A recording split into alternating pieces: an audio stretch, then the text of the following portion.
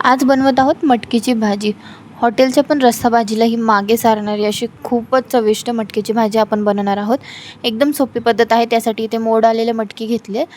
इथे लागणार आहे कढीपत्ता, कोथिंबीर, लसूण, कांदा आणि टोमॅटो।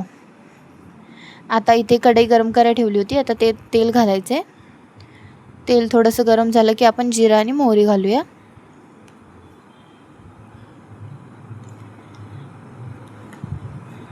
आता जिरं मोहरी चांगलं तडकली की त्यात आपण लसूण घालूया वाटून। आता लसूण छान फ्राय करून घ्यायचं आहे। फ्राय झाला की त्यात आपण कांदा घालायचा आहे।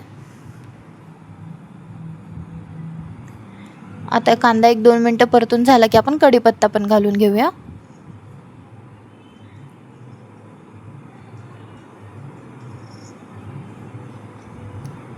आता जरा कांदा लाल होईपर्यंत छान फ्राय करून घ्यायचा आहे आणि टोमॅटो घालायचा आहे।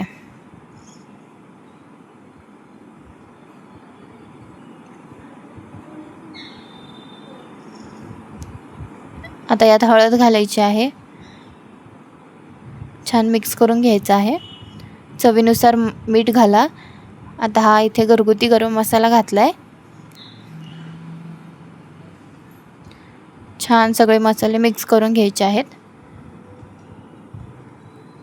आणि चवीनुसार लाल तिखट घाला। आता आपली जी मटकी होती ती यात घालूया आणि छान मसाल्यासोबत परतून घेऊया। आणि इथे बटाटा पण घालायचा आहे। आता इथे बटाटा मी उकडून नाही घेतलाय, कच्चाच आहे, साल काढून घातला आहे।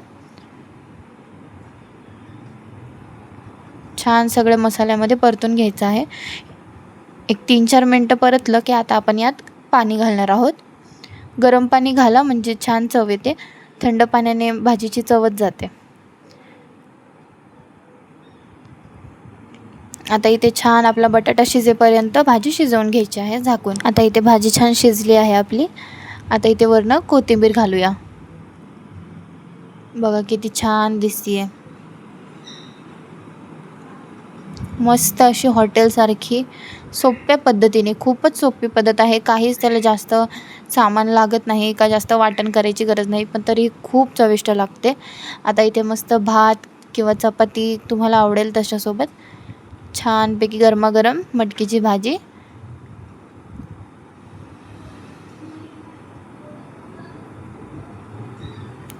एकदम छान अशी आपली थाळी तयार झाली आहे। रेसिपी आवडली असेल तर नक्की ट्राय करा आणि कमेंटमध्ये सांगा की कशी वाटली आणि अशाच रेसिपींसाठी चॅनलला सबस्क्राईब करा।